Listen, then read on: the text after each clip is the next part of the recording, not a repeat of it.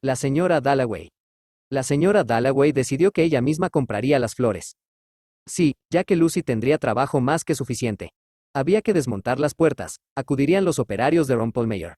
Y entonces Clarissa Dalloway pensó, qué mañana diáfana, cual regalada a unos niños en la playa. ¡Qué fiesta! ¡Qué aventura! Siempre tuvo esta impresión cuando, con un leve gemido de las bisagras, que ahora le pareció oír, abría de par en par el balcón, en Burton, y salía al aire libre. Qué fresco, qué calmo, más silencioso que este, desde luego, era el aire a primera hora de la mañana. Como el golpe de una ola, como el beso de una ola. Fresco y penetrante, y sin embargo, para una muchacha de 18 años, que eran los que entonces contaba, solemne, con la sensación que la embargaba mientras estaba en pie ante el balcón abierto, de que algo horroroso estaba a punto de ocurrir, mirando las flores, mirando los árboles con el humo que sinuoso surgía de ellos, y las cornejas alzándose y descendiendo, y lo contempló, en pie, hasta que Peter Walsh dijo, meditando entre vegetales, ¿fue eso? Prefiero los hombres a las coliflores, ¿fue eso? Seguramente lo dijo a la hora del desayuno, una mañana en que ella había salido a la terraza. Peter Walsh.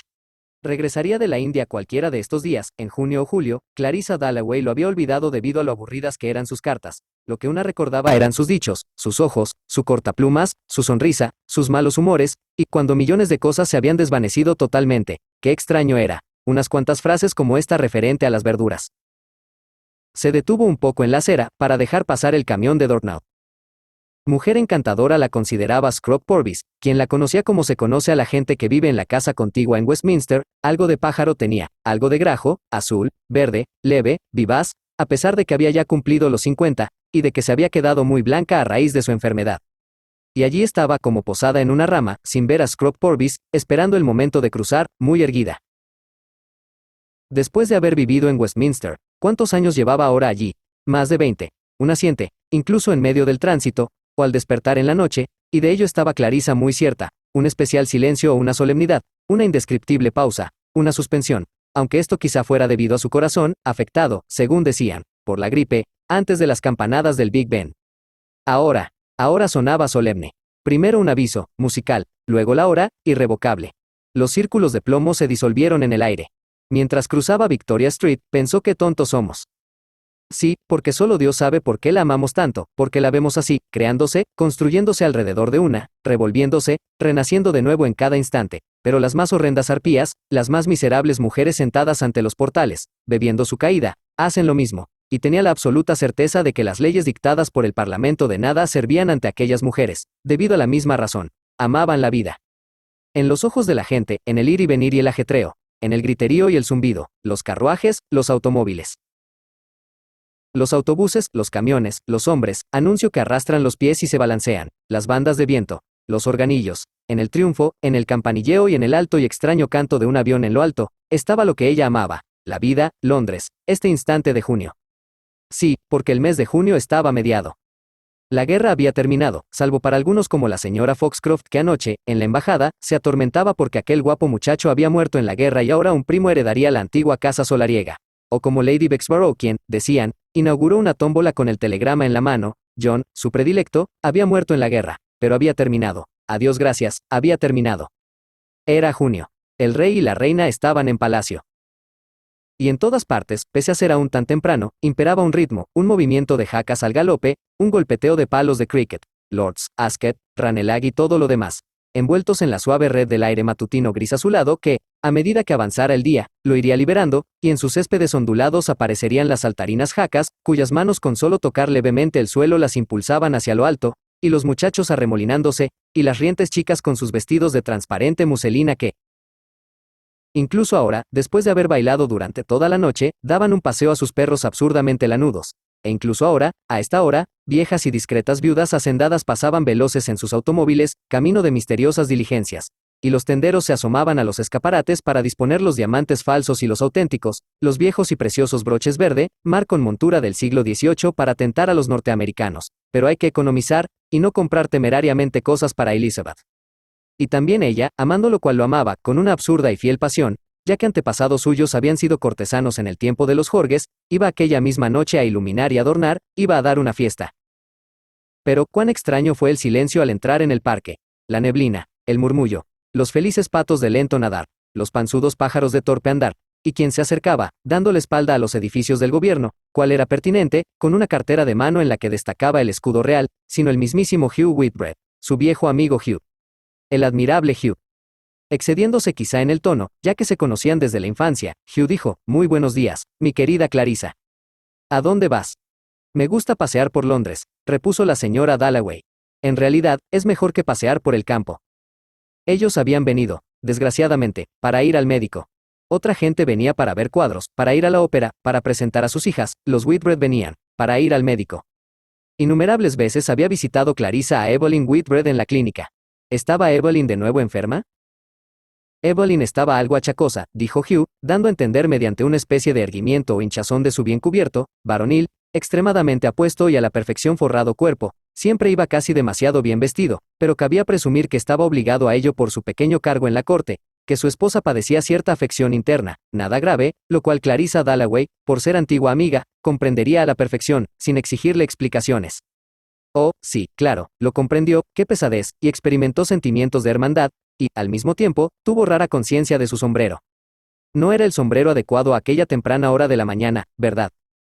Sí, ya que Hugh siempre le causaba esta sensación, mientras parloteaba, y se quitaba el sombrero en ademán un tanto ampuloso, y le aseguraba que parecía una muchacha de 18 años, y le decía que, desde luego, esta noche iría a su fiesta, por cuanto Evelyn había insistido en que así lo hiciera, aunque llegaría un poco tarde debido a que asistiría a la fiesta en Palacio, a la que debía llevar a uno de los hijos de Jim. Le causaba la sensación de ser un poco desaliñada a su lado, un poco colegiala. Pero le tenía afecto, en parte por conocerle de toda la vida, y le consideraba buena persona a su manera, a pesar de que Richard no podía soportarlo, y a pesar de Peter Walsh, quien aún no había perdonado a Clarissa que le tuviera simpatía. Recordaba escena tras escena, en Burton. Peter furioso. Hugh, desde luego, no estaba a su altura en aspecto alguno, pero no era el perfecto imbécil que Peter creía. No era un puro y simple adoquín. Cuando su anciana madre le pedía que dejara de cazar o que la llevara a Bath, Hugh lo hacía sin rechistar. Carecía de egoísmo, y en cuanto a la afirmación, formulada por Peter, de que carecía de corazón, carecía de cerebro y carecía de todo, salvo de los modales y apostura del caballero inglés, bien cabía decir que era una de las peores manifestaciones del carácter de Peter. Peter podía ser intolerable, imposible, pero era adorable para pasear con él en una mañana así. Junio había hecho brotar todas las hojas de los árboles. Las madres de Pimlico amamantaban a sus hijos. La armada transmitía mensajes al almirantazgo. Arlington Street y Piccadilly parecían dar calor al aire del parque, y alzar las hojas, ardientes y brillantes, en oleadas de aquella divina vitalidad que Clarissa amaba. Y, con entusiasmo, ahora Clarissa hubiera bailado, montado a caballo. Pero parecía que ella y Peter llevaran siglos y siglos lejos el uno del otro. Clarissa nunca escribía cartas, y las de Peter eran más secas que un palo. Sin embargo, de repente a Clarissa se le ocurría pensar, ¿qué diría Peter si estuviera conmigo? Ciertos días, ciertas imágenes le devolvían a Peter con paz, sin la antigua amargura. Quizás esto fuera la recompensa de haber comenzado a amar a la gente. Y regresaron las imágenes de una hermosa mañana en el centro de Street. James Park, sí, realmente regresaron. Pero Peter, por hermosos que fueran los árboles, o el césped o la niña vestida de color de rosa, no veía nada. Si Clarissa se lo pedía, Peter se ponía las gafas, y miraba. Lo que le interesaba era el estado del mundo. Wagner, la poesía de Pope, el carácter de las gentes eternamente, y los defectos del alma de Clarissa. ¿Cómo la reñía? ¿Cómo discutían? Clarissa se casaría con un primer ministro y permanecería en pie en lo alto de una escalinata. La perfecta dama de sociedad, la llamó Peter, por esto lloró en su dormitorio, tenía las hechuras de la perfecta dama de sociedad, decía Peter. Por esto, Clarissa se encontró todavía discutiendo en Street. James Park, todavía convenciéndose de que había acertado, como realmente hacer o con acento agudo a él no casarse con Peter. Ya que en el matrimonio, entre personas que viven juntas día tras día en la misma casa, debe haber un poco de tolerancia, un poco de independencia, cosas que Richard le concedía, y ella a él. Por ejemplo, ¿dónde estaba Richard aquella mañana? En la reunión de algún comité, aunque Clarissa nunca se lo preguntaba. Pero, en el caso de Peter, era preciso compartirlo todo, meterse en todo. Y esto era intolerable, y cuando se produjo aquella escena, junto a la fuente, en el jardincillo, Clarissa tuvo que romper con él, ya que de lo contrario, y de ello estaba convencida, ambos hubieran quedado aniquilados, destruidos. A pesar de lo cual Clarissa había llevado durante años, clavado en el corazón, el dardo de la pena y de la angustia, y luego el horror de aquel momento en que alguien le dijo, en un concierto, que Peter se había casado con una mujer a la que había conocido en el barco rumbo a la India. Fue un momento que Clarissa nunca olvidaría. Peter la motejaba de fría, sin corazón y mojigata. Clarissa nunca pudo comprender la intensidad de los sentimientos de Peter. Pero al parecer sí podían aquellas mujeres indias, tontas, lindas, frágiles, insensatas. Y Clarissa hubiera podido ahorrarse su compasión. Porque Peter era perfectamente feliz, según le decía, totalmente feliz, pese a que no había hecho nada de aquello de lo que hablaban. Su vida entera había sido un fracaso. Esto también disgustaba a Clarissa. Llegó a la salida del parque. Se quedó parada unos instantes, contemplando los autobuses en Piccadilly. Ahora no diría a nadie en el mundo entero que era esto o lo otro. Se sentía muy joven, y al mismo tiempo indeciblemente avejentada. Como un cuchillo atravesaba todas las cosas, y al mismo tiempo estaba fuera de ellas, mirando.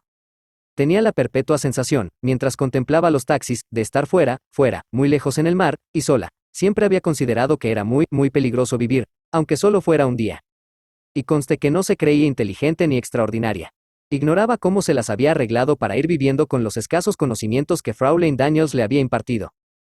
No sabía nada, ni idiomas, ni historia. Ahora rara vez leía un libro, como no fuera de memorias, en la cama. Y sin embargo esto le parecía absorbente, todo esto, los taxis que pasaban. Y nunca diría de Peter, ni diría de sí misma, soy esto, soy aquello. Su único don era conocer a la gente, casi por instinto, pensó, mientras proseguía su camino. Si se la ponía en una habitación con alguien, arqueaba la espalda como un gato, o ronroneaba.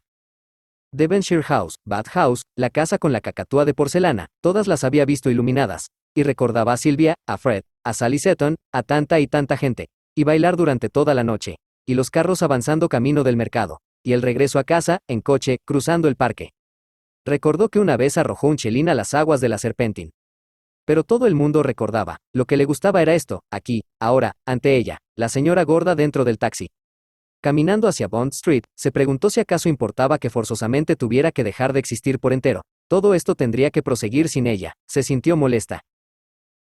O quizás se transformaba en un consuelo el pensar que la muerte no terminaba nada, sino que, en cierto modo, en las calles de Londres, en el ir y venir de las cosas, ella sobrevivía, Peter sobrevivía, vivían el uno en el otro, y ella era parte, tenía la certeza, de los árboles de su casa, de la casa misma, a pesar de ser fea y destartalada. Parte de la gente a la que no conocía, que formaba como una niebla entre la gente que conocía mejor, que la alzaban hasta dejarla posada en sus ramas, como había visto que los árboles alzan la niebla. Y que su vida y ella misma se extendían hasta muy lejos. ¿En qué soñaba, mientras contemplaba el escaparate de Hatchards? ¿Qué pretendía recobrar? ¿Qué imagen de blanco amanecer en el campo, mientras en el libro abierto leía no temas más al ardor del sol ni las furiosas rabias invernales? Esta reciente experiencia del mundo había formado en todos los hombres y todas las mujeres, un pozo de lágrimas. Lágrimas y penas, valor y aguante, una postura perfectamente erguida y estoica. Bastaba pensar, por ejemplo, en la mujer a quien ella más admiraba, a Lady Bexborough inaugurando la tómbola. Allí estaba John St. Joletis de Horrocks. Allí estaba Soap Sponge y las memorias de la señora Asquith y Big Game Shooting en Nigeria, todos abiertos.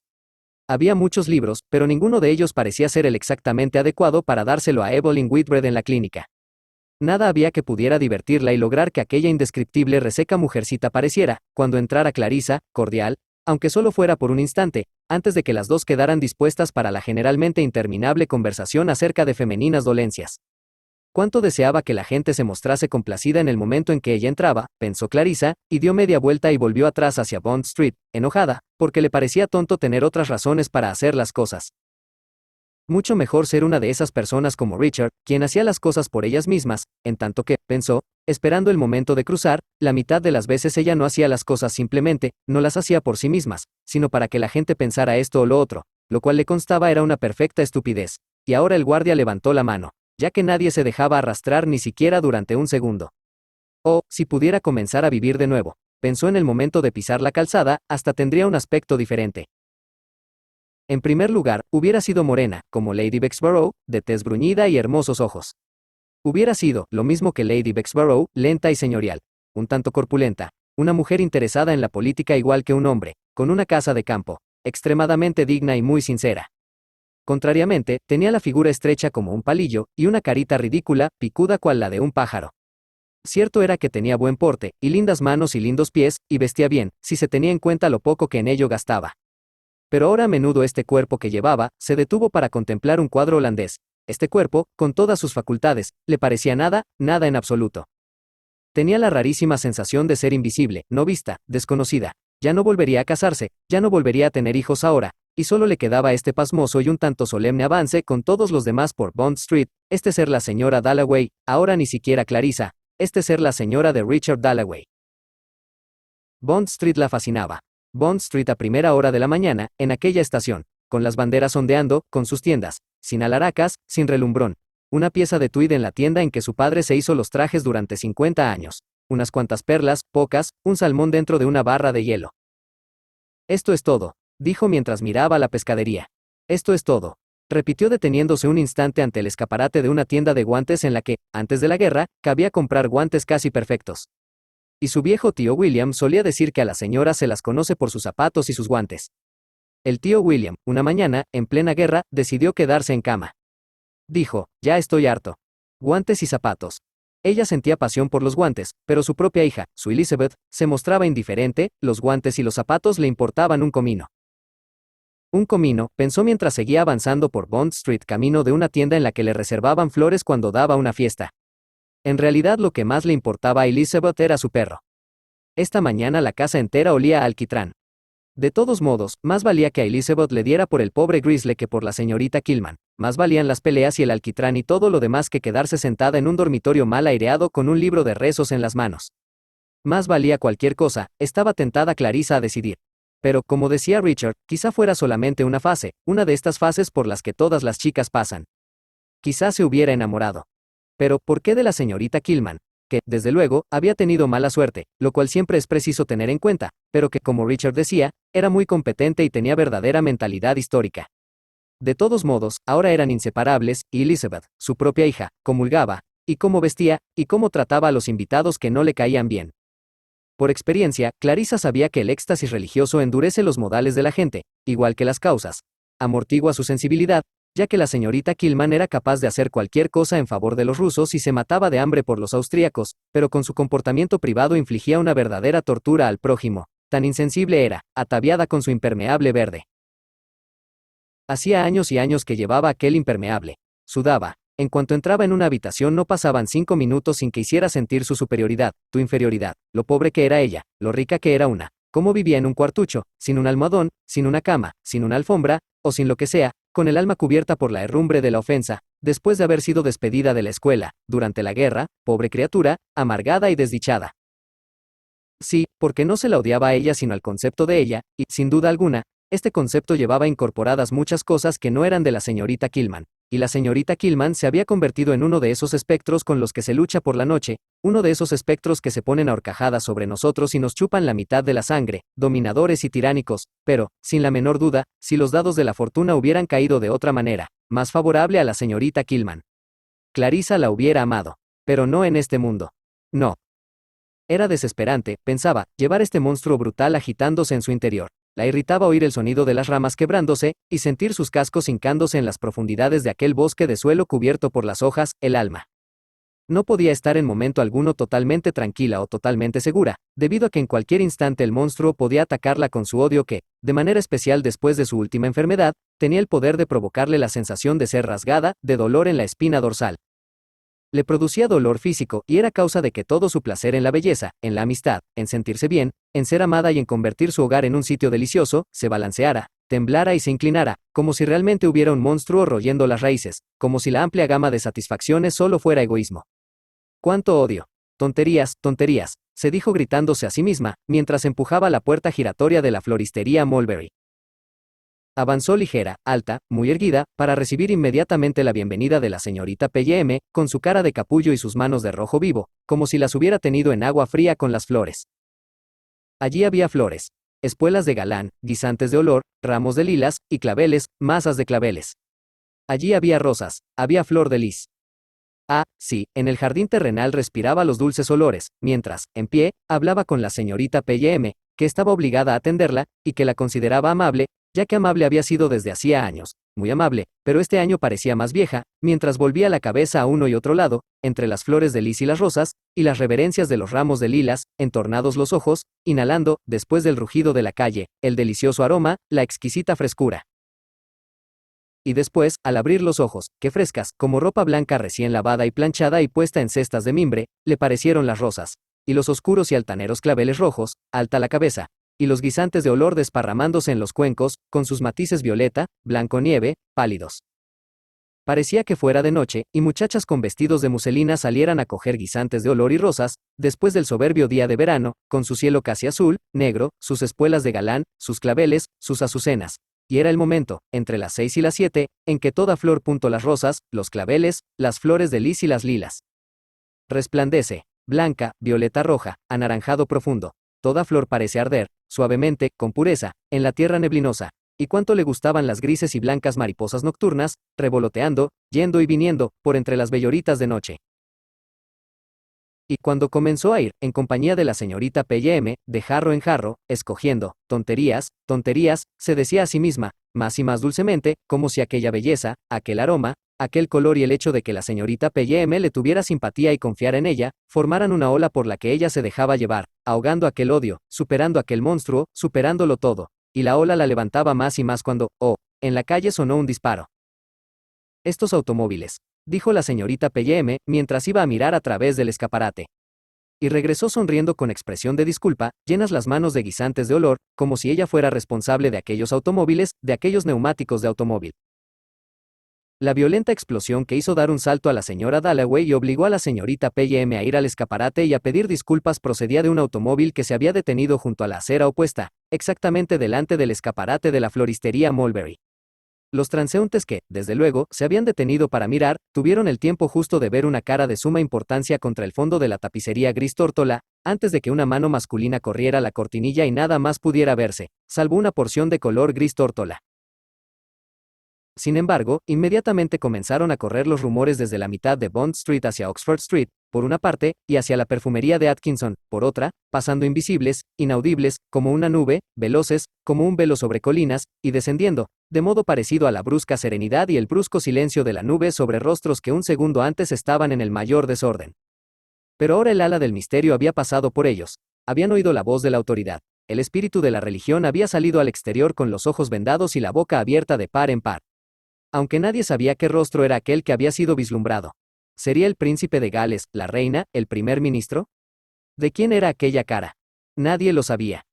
Edgar J. Watkins, con la tubería de plomo arrollada al brazo, dijo de modo audible y, desde luego, humorista, con su acento londinense. El vehículo del primer ministro. Septimus Warren Smith, que se encontró con el paso obstaculizado, le oyó. Septimus Warren Smith, de unos 30 años, pálida la cara, nariz ganchuda, calzado con zapatos marrones y ataviado con un deslucido abrigo, tenía ojos castaños animados por ese brillo de aprensión que provoca aprensiones a los seres más desconocidos. El mundo había levantado el látigo. ¿Dónde descendería? Todo había quedado detenido. El trepidar de los motores sonaba como un pulso irregular, batiendo en la totalidad de un cuerpo. El sol se hizo extraordinariamente ardiente, debido a que el automóvil se había detenido ante el escaparate de la floristería Mulberry. Viejas señoras en lo alto de los autobuses abrieron negras sombrillas. Aquí una sombrilla verde, allí una sombrilla roja, se abrieron con un leve plop. La señora Dalloway se acercó a la ventana, llenos los brazos de guisantes de olor, y miró hacia afuera, con su carita rosada fruncida inquisitivamente. Todos miraban el automóvil. Septimus miraba. Los chicos que iban en bicicleta se apearon de un salto. El tránsito se detuvo y se acumularon los vehículos. Y allí estaba el automóvil, corridas las cortinillas, y en ellas un curioso dibujo en forma de árbol, pensó Septimus, y aquella gradual convergencia de todo en un centro que estaba produciéndose ante sus ojos, como si un horror casi hubiera salido a la superficie y estuviera a punto de estallar en llamas, le aterró. El mundo vacilaba y se estremecía y amenazaba con estallar en llamas. Soy yo quien obstruye el camino, pensó Septimus. ¿Acaso no le miraban y le señalaban con el dedo? ¿Acaso no estaba allí plantado, arraigado en el pavimento, para un propósito determinado? ¿Pero qué propósito? Vámonos, Septimus, dijo su esposa, mujer menuda, con grandes ojos en su rostro pálido y delgado, una muchacha italiana. Pero la propia Lucrezia no podía evitar el seguir mirando el automóvil y el dibujo en forma de árbol de las cortinillas. ¿Sería la reina? ¿La reina que iba de compras? El chofer, que había abierto algo, tocado algo, cerrado algo, se sentó al volante. Vámonos, dijo Lucrezia. Pero su marido, sí, porque ya llevaban casados 4, 5 años, dio un salto sorprendido, se irritó, como si Lucrezia le hubiera interrumpido, y dijo, de acuerdo. La gente debe darse cuenta, la gente debe ver. La gente, pensó Lucrezia, mirando a la multitud que contemplaba el automóvil, la gente inglesa, con sus hijos, sus caballos y sus ropas, que en cierto modo admiraba, pero que ahora eran todos, gente, porque Septimus había dicho, me mataré, y eran unas palabras terribles. ¿Y si le habían oído? Lucrezia miró a la multitud. Sentía deseos de gritar socorro, socorro. dirigiéndose a los mozos de las carnicerías y a las mujeres. ¡Socorro! Hacía solo unos meses, el último otoño, ella y Septimas habían permanecido en pie en el embankment envueltos en la misma capa, mientras Septimas leía un papel en vez de hablar, y ella le había arrancado el papel de las manos, y había reído en las mismísimas barbas del viejo que les observaba. Pero los fracasos se ocultan. Debía llevarse a Septimas a algún parque. Ahora cruzaremos la calle, dijo. Tenía derecho al brazo de Septimas, pese a que era insensible. Septimas daría el brazo a Lucrecia, que era tan sencilla, tan impulsiva, solo contaba 24 años, carecía de amigos en Inglaterra, y había salido de Italia por culpa de Septimas, que era un don nadie. El automóvil, con las cortinillas corridas y un aire de inescrutable reserva, avanzó hacia Piccadilly, siendo todavía contemplado, alterando todavía los rostros a ambos lados de la calle con idéntico aliento oscuro de veneración, sin que nadie supiera si se trataba de la reina, el príncipe o el primer ministro. El rostro en sí mismo solo había sido visto por 3 personas unos pocos segundos. Incluso el sexo era ahora objeto de controversia. Pero no cabía la menor duda acerca de la grandeza de quien iba sentado dentro del automóvil. La grandeza pasaba, oculta, a lo largo de Bond Street, separada solamente por el alcance de una mano de la gente común que quizás ahora, por primera y última vez, había estado en posición de poder hablar con la soberana de Inglaterra, duradero símbolo del Estado que llegará al conocimiento de curiosos anticuarios, apartando las ruinas del tiempo, cuando Londres sea un sendero cubierto por la hierba y todos los que caminaban presurosos por la calle aquel miércoles por la mañana no sean más que huesos, con unas cuantas alianzas mezcladas con su propio polvo y con el oro de innumerables dientes cariados. Entonces el rostro del automóvil sería conocido. Probablemente se trata de la reina, pensó la señora Dalloway, saliendo de la floristería Mulberry con sus flores, la reina. Y durante un segundo adoptó un aire de gran dignidad, allí, en pie ante la floristería, al sol, mientras el automóvil pasaba despacio, como un caballo al paso, con las cortinillas corridas. La reina camino de algún hospital, la reina yendo a la inauguración de alguna tómbola, pensó Clarissa. El tránsito era terriblemente denso, teniendo en cuenta la hora. Lords, Ascot, Hurlingham, se preguntó Clarissa, porque la calle estaba obstruida. Los individuos de la clase media británica, sentados unos junto a otros en lo alto de los autobuses con sus paquetes y sus paraguas, sí, e incluso con pieles, en semejante día, eran, pensó, más ridículos, más diferentes a todo de lo que cabía imaginar. Y la mismísima reina detenida, la reina sin poder seguir su camino. Clarissa estaba detenida a un lado de Brook Street. Sir John Buckhurst, el viejo juez, estaba al otro lado, con el automóvil en medio, entre los dos. Sir John había aplicado la ley durante muchos años, y le gustaban las mujeres bien vestidas, cuando el chofer, inclinándose muy levemente, dijo o mostró algo al guardia, que saludó y alzó el brazo y efectuó un brusco movimiento lateral de la cabeza, con lo que echó el autobús a un lado, y el automóvil siguió adelante. Despacio y muy silenciosamente, prosiguió su camino. Clarissa procuró adivinar. Clarissa lo sabía de cierto, desde luego. Había visto algo blanco, mágico, circular, en la mano del lacayo, un disco con un nombre inscrito en él. El de la reina, el del príncipe de Gales, el del primer ministro, que, en méritos de su propio lustre, se abría camino abrasador. Clarissa veía cómo el automóvil se empequeñecía, cómo desaparecía, para relumbrar entre candelabros, destellantes estrellas, pechos embarados por las hojas de roble, Hugh Whitbread y sus colegas. Los caballeros de Inglaterra, aquella noche en el palacio de Buckingham. Y Clarissa también daba una fiesta. Se embaró un poco, así estaría de pie en lo alto de la escalinata. El automóvil se había ido, pero había dejado una leve estela que pasaba por las guanterías, las sombrererías, las sastrerías, a ambos lados de Bond Street. Durante 30 segundos todas las cabezas estuvieron inclinadas a un mismo lado, hacia la calle. Las señoras, en trance de escoger un par de guantes, por encima o por debajo del codo, de color limón o gris pálido, se interrumpieron, y cuando la frase estuvo terminada, algo había cambiado. Algo tan leve, en algunos casos concretos, que no había instrumento de precisión, incluso capaz de poder transmitir conmociones ocurridas en China, capaz de registrar sus vibraciones. Algo que, sin embargo, era en su plenitud un tanto formidable, y, en su capacidad de llamar la atención, eficacísimo, por cuanto, en todas las sombrererías y las sastrerías, los desconocidos se miraron entre sí, y pensaron en los muertos, en la bandera, en el imperio. En una taberna de una calleja lateral, un hombre de las colonias insultó a la casa de Windsor, y esto motivó palabras gruesas, ruptura de jarras de cerveza y un general altercado, que provocó extraños ecos a lo lejos, en los oídos de las muchachas que compraban blanca ropa interior, adornada con puro hilo blanco, para su boda. Sí, ya que la superficial agitación producida por el paso del automóvil, arañó, al hundirse, algo muy profundo. Después de deslizarse por Piccadilly, el automóvil penetró en Street James, S. Street. Hombres altos, hombres de robusta constitución, hombres bien vestidos, con sus chaqués, sus blancas pecheras y su cabello peinado hacia atrás, Hombres que, por razones de difícil determinación, se hallaban en pie en el ventanal de White. Las manos detrás de los faldones del chaqué, miraron hacia afuera, e instintivamente se dieron cuenta de que la grandeza pasaba por la calle, y la pálida luz de la inmortal presencia los envolvió como había envuelto a Clarissa Dalloway. Inmediatamente se irguieron todavía más, y quitaron las manos de debajo de los faldones de los chaqués, y parecieron dispuestos a servir a la monarquía, en la misma boca del cañón, caso de ser necesario, tal como sus antepasados habían hecho. Los blancos bustos y las pequeñas mesas al fondo, cubiertas con números del Tatler y botellas de soda, parecieron dar su aprobación. Parecieron reflejar el ondulante trigo y las casas solariegas de Inglaterra, y parecieron devolver el débil murmullo de las ruedas del motor del automóvil, como una rumorosa galería devuelve una sola voz ampliada y con sonoridad multiplicada por el poderío de toda una catedral. Envuelta en su chal, con sus flores en la acera, Moll Pratt deseó buena suerte al querido muchacho. Era el príncipe de Gales, sin duda alguna, y de buena gana hubiera arrojado el precio de una cerveza, un ramillete de rosas, a la calzada de Street James, Street, sencillamente impulsada por la alegría y el desprecio a la pobreza, si no hubiera visto que el guardia la estaba mirando, con lo que evitó la manifestación de lealtad de una vieja irlandesa. Los centinelas de Street James, saludaron, y el policía de Queen Alexandra dio su aprobación. Entretanto, una pequeña multitud se había reunido ante el palacio de Buckingham.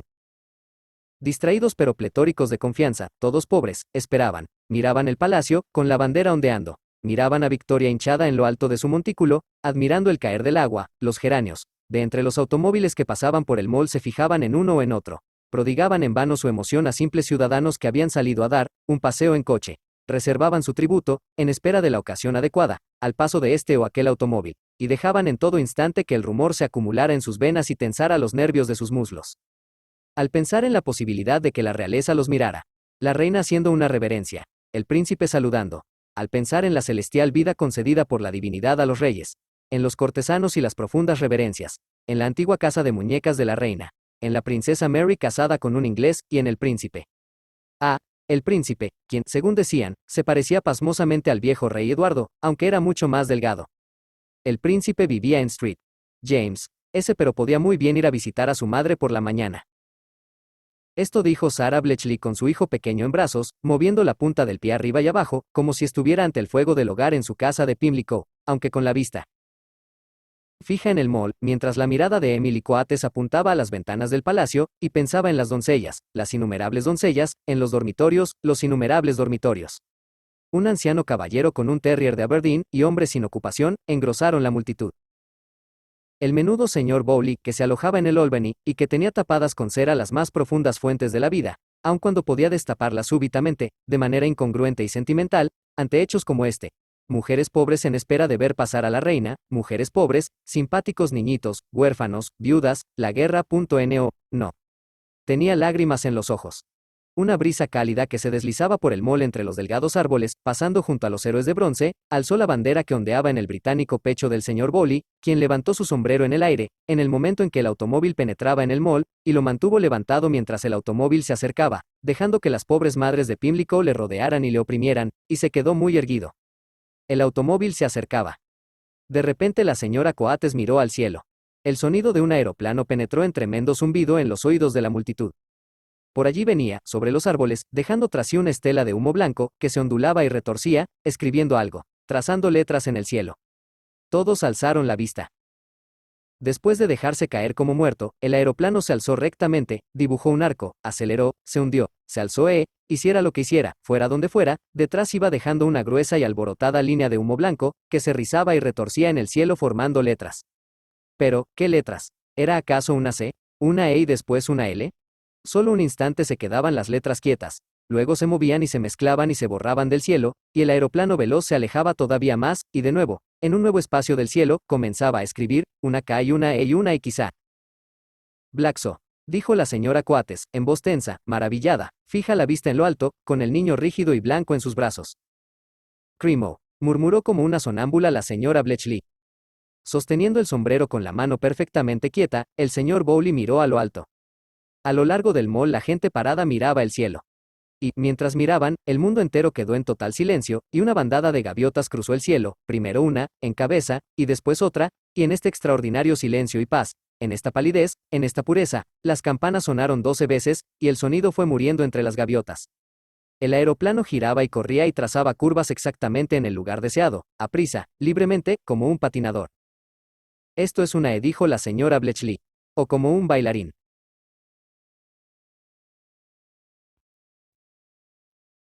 Punto. Es caramelo, murmuró el señor Bowley.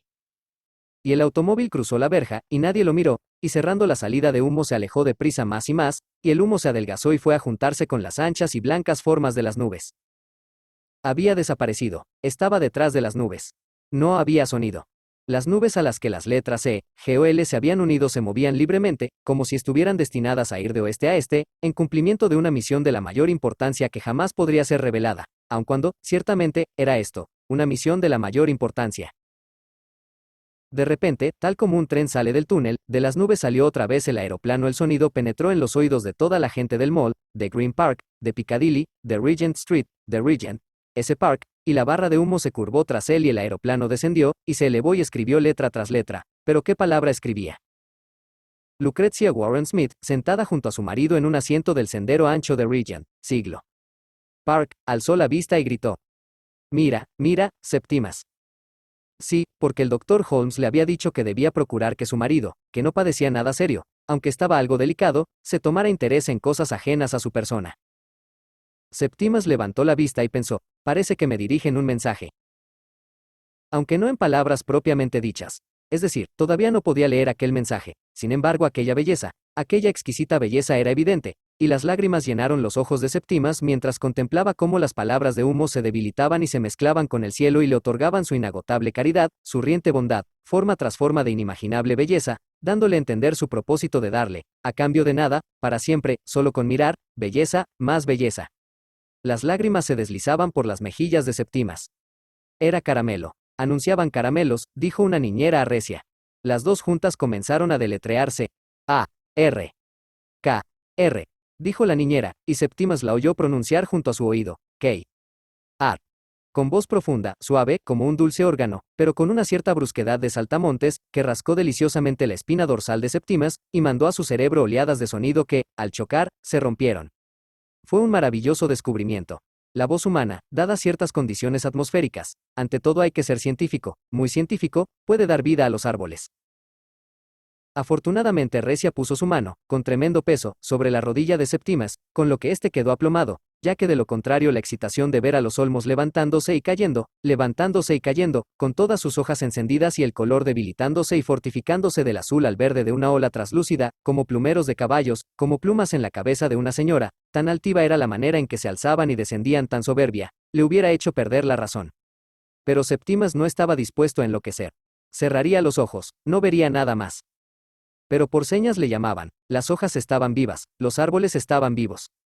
Y las hojas, por estar conectadas mediante millones de fibras con el cuerpo de Septimas, allí sentado, lo abanicaban de arriba abajo. Cuando la rama se alargaba, también Septimas se expresaba así. Los gorriones revoloteando, alzándose y descendiendo sobre melladas fuentes formaban parte de aquel dibujo, del blanco y el azul rayado por las negras ramas. Con premeditación los sonidos componían armonías, y los espacios entre ellas eran tan expresivos como los sonidos. Un niño lloraba. A la derecha y a lo lejos sonó un cuerno. Todo ello, juntamente considerado, significaba el nacimiento de una nueva religión. Septimas, dijo Recia. Septimas sufrió un violento sobresalto. La gente forzosamente tuvo que darse cuenta. Voy a la fuente y vuelvo, dijo Recia. Sí, porque no podía aguantarlo más. El doctor Holmes podía decir que a Septimas no le ocurría nada. Pero Recia hubiera preferido verle muerto. Era incapaz de seguir sentada a su lado, cuando le daban aquellos sobresaltos, y cuando no la veía, y cuando lo transformaba todo en algo terrible. Cielo y árbol, niños jugando, carros rodando, silbatos silbando, todo cayendo, todo era terrible. Y Septimas no se mataría, y Recia no podía explicarlo a nadie. Septimas ha estado trabajando demasiado. Esto era cuanto Recia podía decir a su propia madre. Pensó que amar la convierte a una en un ser solitario. No podía hablar con nadie, ahora ni siquiera con Septimas, y, volviendo la vista atrás, le vio sentado, envuelto en su deslucido abrigo, solo y encorvado, fija la vista en el vacío. Indicaba cobardía el que un hombre dijera que quería matarse, pero Septimas había luchado, era valiente, ahora ya no era Septimas. Recia se ponía su nuevo cuello de encaje. Se ponía el sombrero nuevo, y Septimas ni se daba cuenta, y era feliz sin ella. Pero, sin Septimas, no había nada que pudiera hacer feliz a Recia. Nada. Septimas era un egoísta. Todos los hombres lo son. Y no estaba enfermo. El doctor Holmes decía que Septimas no tenía nada. Recia extendió la mano ante su vista. Mira, la alianza le resbalaba, tanto había adelgazado. Era ella quien sufría, pero no podía contárselo a nadie. Lejos estaba Italia y las blancas casas y la habitación en que sus hermanas confeccionaban sombreros, y las calles atestadas todos los atardeceres de gente que iba de paseo, que reía sonoramente, de gente que no estaba tan solo medio viva, como la gente de aquí que, sentada en tristes sillas, contemplaba unas flores, pocas y feas, que crecían en tiestos. Me gustaría que vierais los jardines de Milán, dijo Recia en voz alta. Pero, ¿a quién? No había nadie. Sus palabras se desvanecieron. Como se extingue un cohete. Brilla, después de haberse abierto paso en la noche, se rinde a la noche, desciende la oscuridad, cubre los perfiles de casas y torres, se suavizan las laderas de las colinas, y se hunden. Pero pese a que todo desaparece, la noche está repleta, privado de color, en la ceguera de las ventanas, todo existe de manera más grave, todo da lo que la franca luz del día no puede transmitir, la inquietud y la intriga de las cosas conglomeradas en las tinieblas, apiñadas en las tinieblas, carentes del relieve que les da el alba cuando, pintando los muros de blanco y de gris, rebrillando en los cristales de las ventanas, levantando la niebla de los campos, mostrando las vacas pardirrojas que pastan en paz. Todo queda de nuevo amarrado a los ojos, todo existe otra vez. Estoy sola, gritó junto al afluente de Regent, ese Park, contemplando al indio con su cruz, quizá como lo estoy a medianoche cuando, borrados todos los límites, el país recupera su antigua forma, tal como los romanos lo vieron, envuelto en nubes, cuando desembarcaron, y las colinas carecían de nombre, y los ríos serpenteaban hacia no sabían ellos dónde. Tal era la oscuridad en que Recia se hallaba cuando de repente, cual si hubiera aparecido una plataforma y Recia se encontrara en ella, se dijo que era la esposa de Septimas, casada con él hacía años en Milán, sí, su esposa, y nunca, nunca, diría que Septimas estaba loco. Y, ahora, se había ido a matarse, tal como había amenazado, a arrojarse al paso de un carro. Pero no, allí estaba, aún sentado solo, con su deslucido abrigo, cruzadas las piernas, fija la vista, hablando para sí en voz alta. Los hombres no deben cortar los árboles. Hay un Dios. Septimas anotaba estas revelaciones al dorso de sobres. Cambia el mundo. Nadie mata por odio. Hazlo saber. Lo escribió. Esperó. Escuchó. Un gorrión, encaramado en la verja ante él, vio Septimas, 4 o 5 veces, y siguió emitiendo notas para cantar con lozanía y penetración, en griego, que el crimen no existe, y se le unió otro gorrión, y ambos cantaron en voces prolongadas y penetrantes, en griego, en los árboles del Valle de la Vida, más allá del río por el que los muertos caminan, que la muerte no existe. Allí estaba la mano de Septimas, allí estaban los muertos. Cosas blancas se congregaban al otro lado de la verja frente a él. Pero no osaba mirar. Evans estaba detrás de la verja. ¿Qué dices? Preguntó Recia de repente, sentándose a su lado. Interrumpido de nuevo. Recia le estaba interrumpiendo siempre. Lejos de la gente, debían alejarse de la gente, dijo Septimas, levantándose de un salto, e irse allá inmediatamente, al lugar en que había sillas bajo la copa de un árbol, y la larga ladera del parque descendía como una pieza de verde lana, con un cielo de tela azul y humo rosado muy en lo alto, y había un conglomerado de casas lejanas e irregulares envueltas en humo y el tránsito murmuraba en círculo, y a la derecha animales de sombríos colores alargaban el largo cuello sobre la empalizada del sur. Ladrando y aullando. Allí se sentaron, bajo la copa del árbol, indicando una reducida tropa de muchachos con palos de jugar al cricket, uno de los cuales arrastraba los pies y daba giros sobre un talón y arrastraba los pies, como si imitara a un payaso. Recia imploró. Mira. Recia imploró. Mira, debido a que el doctor Holmes le había dicho que debía procurar que Septimas se fijara en cosas reales, que fuera al music hall, que jugara al cricket. Sí, dijo el doctor Holmes, no hay juego como el cricket, juego al aire libre, el más indicado para su marido. Mira. Repitió Recia. Mira, le invitaba a lo no visto, la voz que ahora comunicaba con él, que era el ser más grande de la humanidad, Septimas, últimamente transportado de la vida a la muerte, el señor que había venido para renovar la sociedad, el que yacía como una colcha, como una capa de nieve solo tocada por el sol sin consumirse jamás sufriendo siempre, el chivo expiatorio, el sufriente eterno, pero él no quería hacer esto, gimió, apartando de sí con un ademán aquel eterno sufrir, aquella eterna soledad. Para evitar que hablara en voz alta, para sí, fuera de casa, Recia repitió, mira. Y volvió a implorar.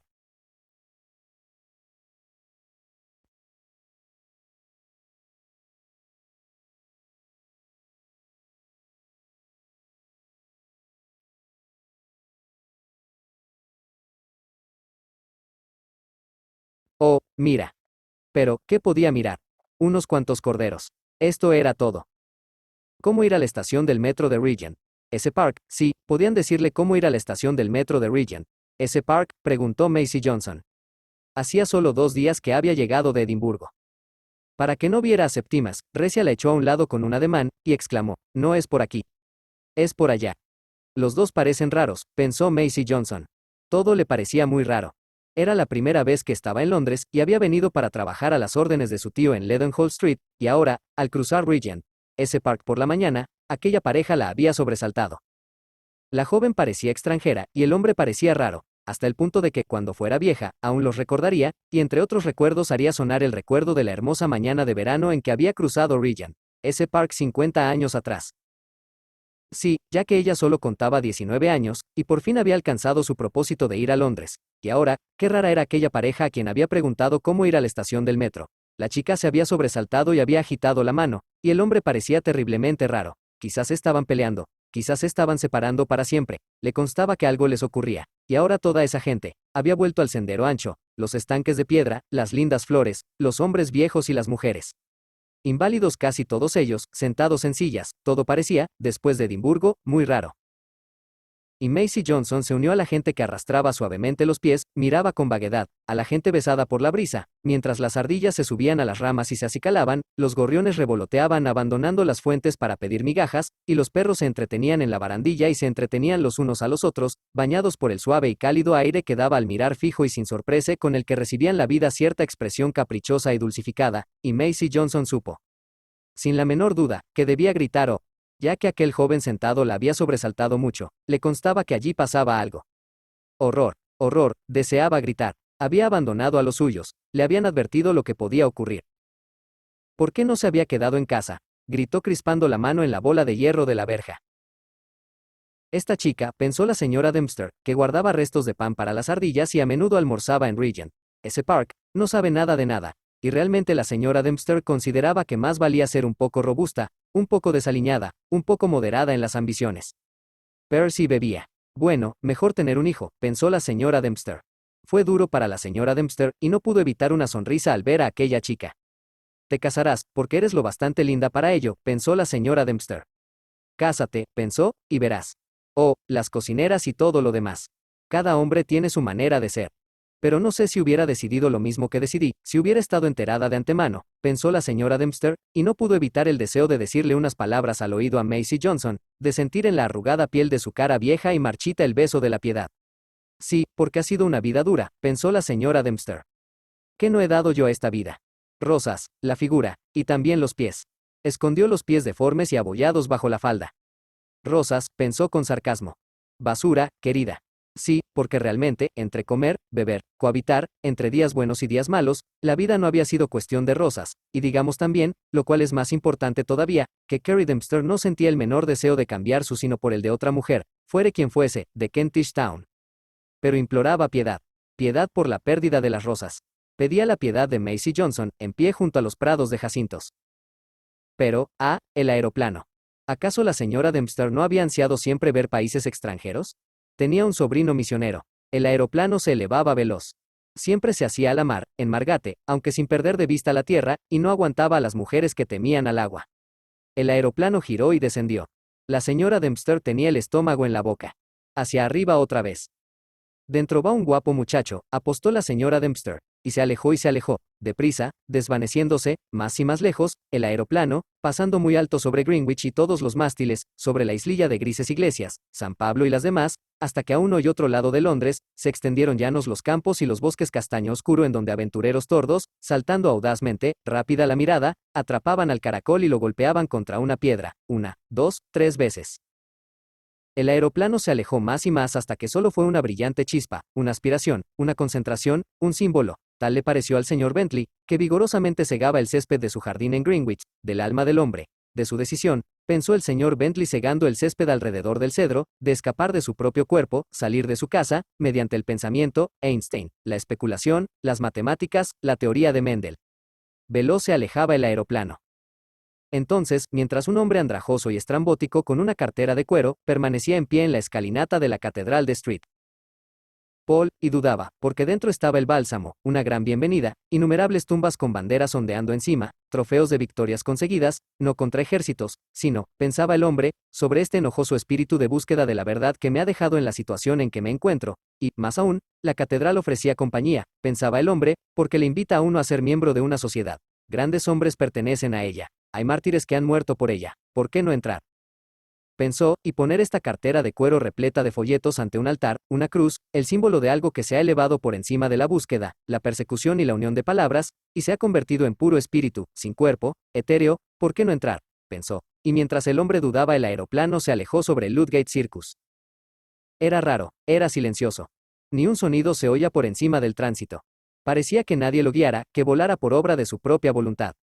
Y ahora se alzó en una curva, y subía rectamente, como algo que se elevara en éxtasis, en puro deleite, y de su parte trasera surgía el humo que, retorciéndose, escribió una C y una A y una R. ¿Qué miran? Preguntó Clarissa Dalloway a la doncella que le abrió la puerta de su casa. El vestíbulo de su casa era fresco como una cripta.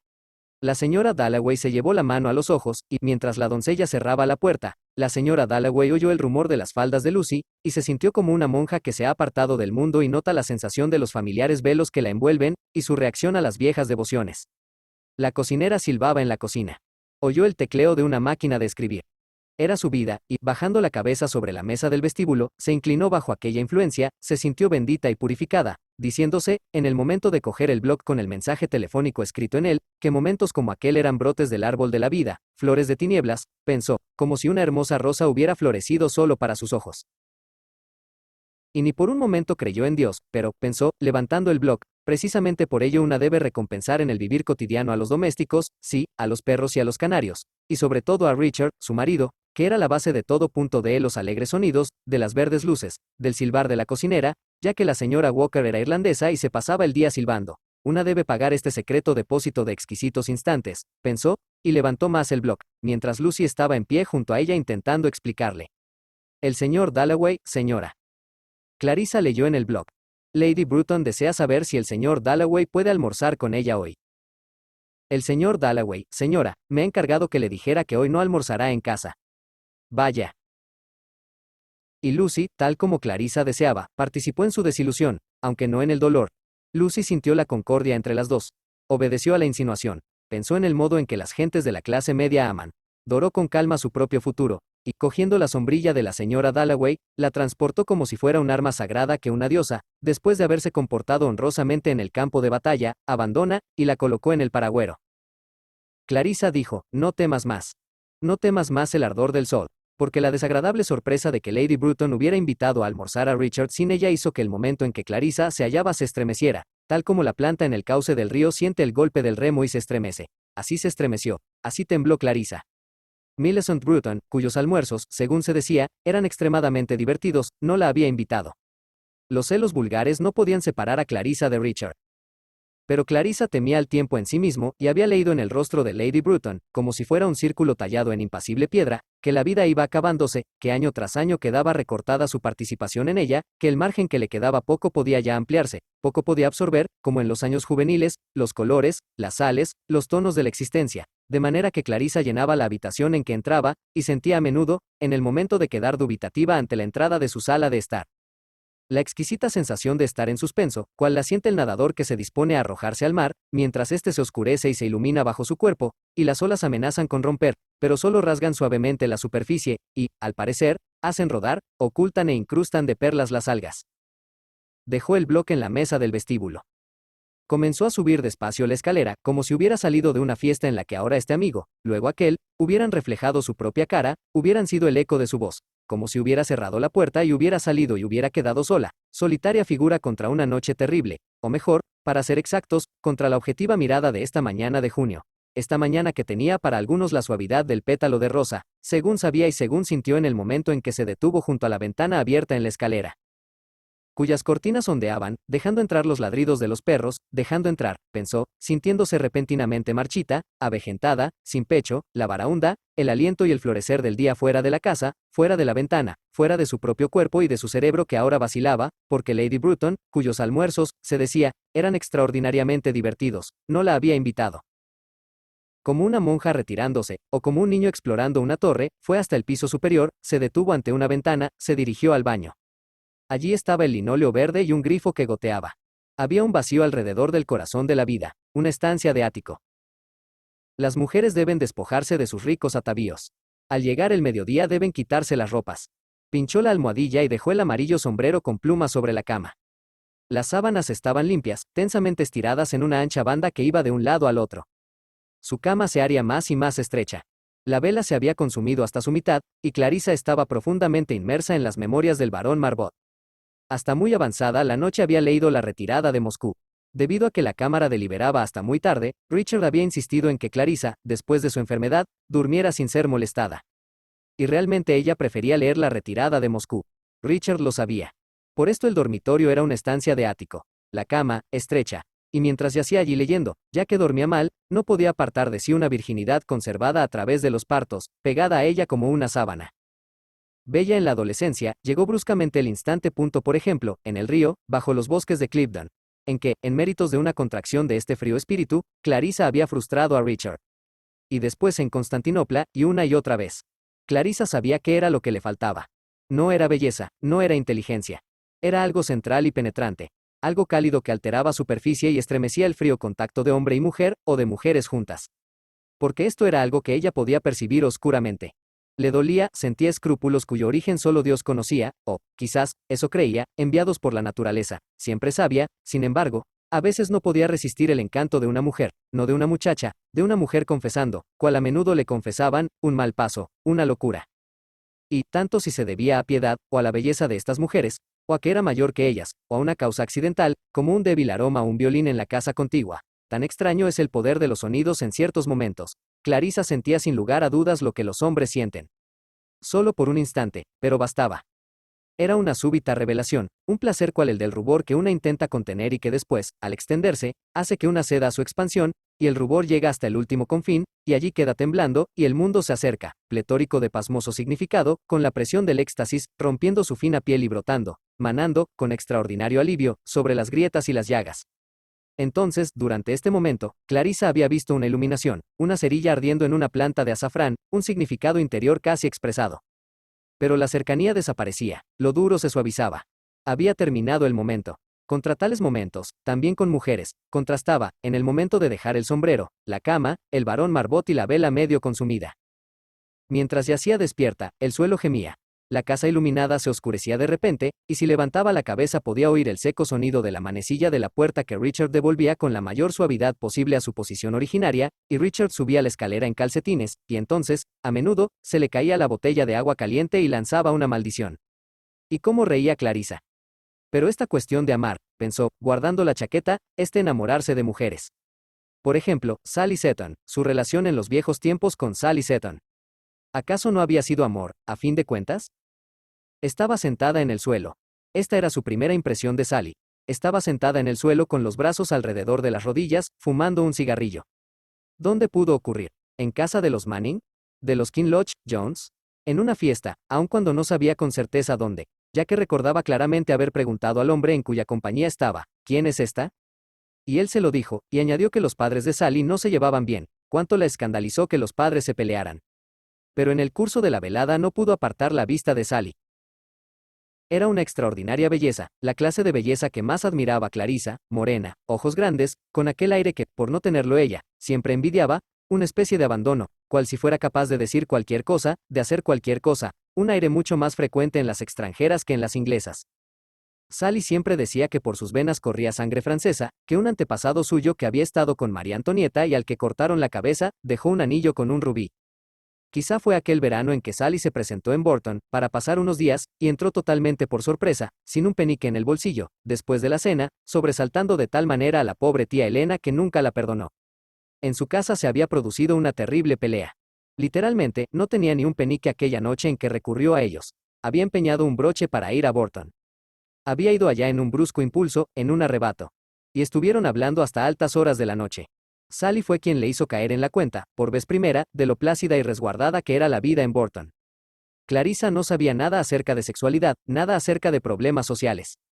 En una ocasión vio a un viejo caer muerto en un campo. Había visto vacas inmediatamente después de tener cría.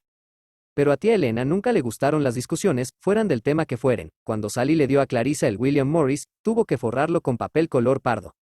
Hora tras hora estuvieron sentadas, hablando, en el dormitorio del último piso de la casa, hablando de la vida, de cómo iban a reformar el mundo.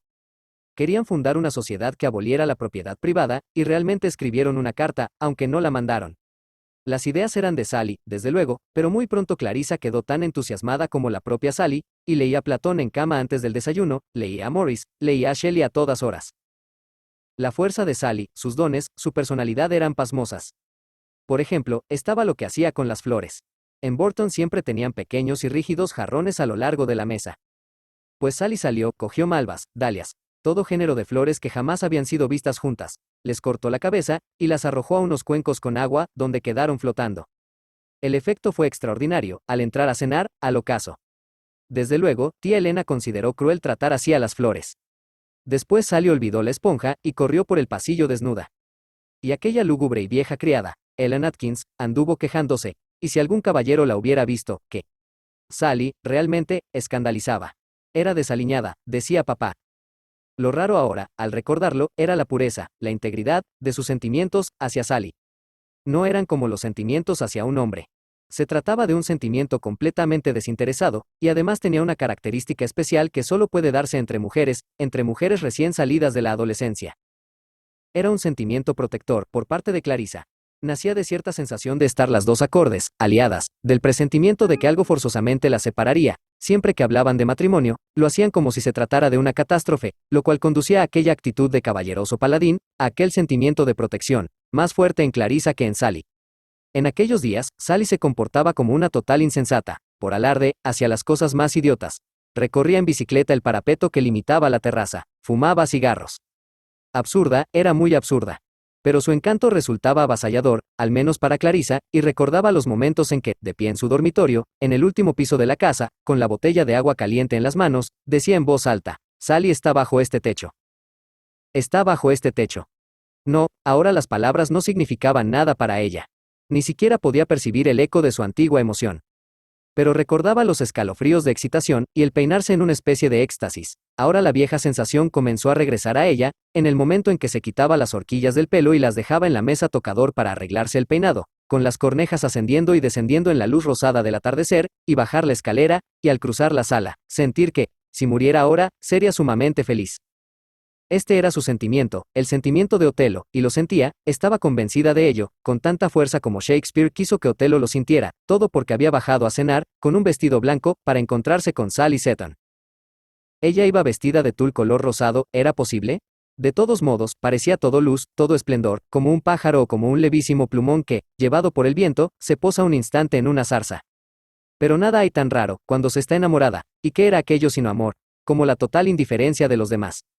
La tía Elena desapareció después de la cena. Papá leía el periódico. Peter Walsh quizás estuviera allí, y la vieja señorita Cummings. Joseph Breitkopf sí estaba, sin la menor duda, ya que iba todos los veranos, pobre viejo, para pasar allí semanas y semanas, y fingía enseñar alemán a Clarissa, aunque en realidad se dedicaba a tocar el piano y a cantar obras de Brahms con muy poca voz. Todo lo anterior era como un paisaje de fondo para Sally. Estaba en pie, junto al hogar, hablando con aquella voz tan hermosa que cuanto decía sonaba como una caricia, y se dirigía a papá, que había comenzado a sentirse atraído un tanto en contra de su voluntad. Nunca pudo olvidar que, después de prestar uno de sus libros a Sally, lo encontró empapado en la terraza, cuando de repente Sally dijo: «Qué vergüenza estar sentados dentro», y todos salieron a la terraza y pasearon arriba y abajo. Peter Walsh y Joseph Breitkopf siguieron hablando de Wagner. Clarissa y Sally le seguían, un poco rezagadas. Entonces se produjo el momento más exquisito de la vida de Clarissa, al pasar junto a una hornacina de piedra con flores. Sally se detuvo, cogió una flor, besó a Clarissa en los labios. Fue como si el mundo entero se pusiera cabeza abajo. Los otros habían desaparecido, estaba a solas con Sally. Y tuvo la impresión de que le hubieran hecho un regalo, envuelto, y que le hubieran dicho que lo guardara sin mirarlo, un diamante, algo infinitamente precioso, envuelto, que mientras hablaban, arriba y abajo, desenvolvió, o cuyo envoltorio fue traspasado por el esplendor, la revelación, el sentimiento religioso, hasta que el viejo Joseph y Peter Walsh aparecieron frente a ellas. «¿Contemplando las estrellas?», dijo Peter. Fue como darse de cara contra una pared de granito en la oscuridad. Fue vergonzoso. Fue horrible. No por ella. Solo sintió que Sally era ahora maltratada, sintió la hostilidad de Peter, sus celos, su decisión de entrometerse en la camaradería de ellas dos. Vio todo lo anterior como se ve un paisaje a la luz de un relámpago. Y Sally jamás la admiró tanto.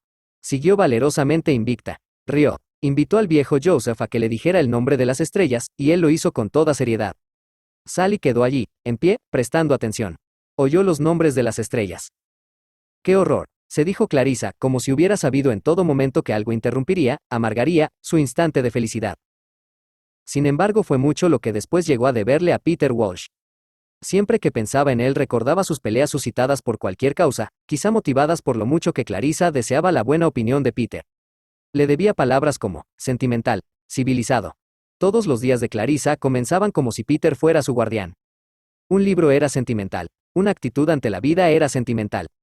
Sentimental. Quizá Clarissa fuera sentimental. Por pensar en el pasado. ¿Qué pensaría Peter?, se preguntó Clarissa, cuando regresara. ¿Qué había envejecido? Lo diría, o acaso Clarissa vería, cuando Peter regresara, que pensaba que había envejecido. Era cierto. Desde su enfermedad se había quedado con el cabello casi blanco. Al dejar el broche sobre la mesa, sintió un súbito espasmo, como si, mientras meditaba, las heladas garras hubieran tenido ocasión de clavarse en ella. Todavía no era vieja. Acababa de entrar en su 52º año. Le quedaban meses y meses de aquel año, intactos. Junio, julio, agosto. Todos ellos casi enteros, y como si quisiera atrapar la gota que cae, Clarissa, acercándose a la mesa de vestirse, se sumió en el mismísimo corazón del momento, lo dejó clavado, allí, el momento de esta mañana de junio en la que había la presión de todas las otras mañanas, viendo el espejo, la mesilla, y todos los frascos, concentrando todo su ser en un punto, mientras miraba el espejo, viendo la delicada cara rosada de la mujer que aquella misma noche daría una fiesta, de Clarissa Dalloway. De sí misma. ¿Cuántos millones de veces había visto su rostro y siempre con la misma imperceptible contracción? Oprimía los labios cuando se miraba al espejo. Lo hacía para dar a su cara aquella forma puntiaguda. Así era ella, puntiaguda, aguzada, definida. Así era ella cuando un esfuerzo, una invitación a ser ella misma, juntaba las diferentes partes, solo ella sabía cuán diferentes, cuán incompatibles, y quedaban componiendo ante el mundo un centro, un diamante, una mujer que estaba sentada en su sala de estar y constituía un punto de convergencia, un esplendor sin duda en algunas vidas aburridas, quizás un refugio para los solitarios. Había ayudado a ser siempre la misma, no mostrar jamás ni un signo de sus otras facetas, deficiencias, celos, vanidades, sospechas, cual esta de Lady Bronton que no la había invitado a almorzar, lo cual, pensó, peinándose por fin, era de una bajeza sin nombre. Bueno, ¿y dónde estaba el vestido? Sus vestidos de noche colgaban en el armario. Clarissa hundió la mano en aquella suavidad, descolgó cuidadosamente el vestido verde y lo llevó a la ventana. Estaba rasgado. Alguien le había pisado el borde de la falda. En la fiesta de la embajada había notado que el vestido cedía en la parte de los pliegues. A la luz artificial el verde brillaba, pero ahora, al sol, perdía su color. Lo arreglaría ella misma. Las criadas tenían demasiado trabajo. Se lo pondría esta noche. Cogería las sedas, las tijeras, el dedal, naturalmente, y bajaría a la sala de estar, porque también tenía que escribir, y vigilar para que todo estuviera más o menos en orden. Es raro, pensó deteniéndose en lo alto de la escalera y reuniendo aquella forma de diamante, aquella persona unida, es raro el modo en que la dueña de una casa conoce el instante por el que la casa pasa, su humor del momento. Leves sonidos se elevaban en espiral por el hueco de la escalera. El murmullo de un paño mojado, un martilleo, golpes con la mano, cierta sonoridad cuando la puerta principal se abría, tintineo de la plata sobre una bandeja. Plata limpia para la fiesta. Todo era para la fiesta. Y Lucy, entrando en la sala con la bandeja en las manos, puso los gigantescos candelabros en la repisa del hogar, con la urna de plata en medio, y orientó el delfín de cristal hacia el reloj. Acudirían, estarían en pie, hablarían en el tono pulido que Lucy sabía imitar, las damas y los caballeros. Y, de entre todos, su ama era la más bella, ama de plata, de lencería, de porcelana, y el sol, la plata, las puertas desmontadas, los empleados de Rumpelmayer, todo le daba la sensación, mientras dejaba la daga de cortar papel en la mesa con incrustaciones, de algo logrado. Mirad, mirad, dijo, dirigiéndose a sus viejas amigas de la panadería, en donde trabajó por vez primera en su vida, en Caterham, mientras se contemplaba disimuladamente en el espejo. Lucy era Lady Angela atendiendo a la princesa Mary, en el instante en que entró la señora Dalloway. Oh, Lucy, dijo Clarissa, qué limpia está la plata. ¿Les gustó la comedia de anoche?, dijo, mientras volvía a poner en postura vertical el delfín. Tuvieron que irse antes de que terminara, dijo. Tenían que estar de vuelta a las 10, dijo. No saben cómo termina, dijo. Es un poco duro realmente, dijo, sus sirvientas podían llegar más tarde, si pedían permiso. Qué lástima, dijo, cogiendo el almohadón raído que estaba en medio del sofá, y poniéndolo en manos de Lucy, y dándole un leve empujón, y gritando, lléveselo. Déselo a la señora Walker de mi parte. Lléveselo. Y Lucy se detuvo en la puerta de la sala, sosteniendo el almohadón, y preguntó muy tímidamente, poniéndose ligeramente colorada, si podía ayudarla quizás a remendar la rotura del vestido. Muchas gracias, Lucy, muchas gracias, contestó la señora Dalloway. Y gracias, gracias, siguió diciendo, sentándose en el sofá con el vestido sobre las rodillas, con las tijeras y las sedas. Gracias, gracias, siguió diciendo, agradecida en términos generales a sus sirvientas por ayudarla a ser así, a ser como deseaba, dulce y generosa. Las sirvientas le tenían simpatía. Y luego este vestido, ¿dónde estaba la rotura? Y ahora tenía que enhebrar la aguja. Era uno de sus vestidos favoritos, hecho por Sally Parker, casi el último que confeccionó, porque Sally se había retirado, vivía en Ealing, y si tengo un momento, pensó Clarissa, pero ya no volvería a tener un momento. Iré a verla a Eileen. Sí, porque era todo un personaje, pensó Clarissa, una verdadera artista.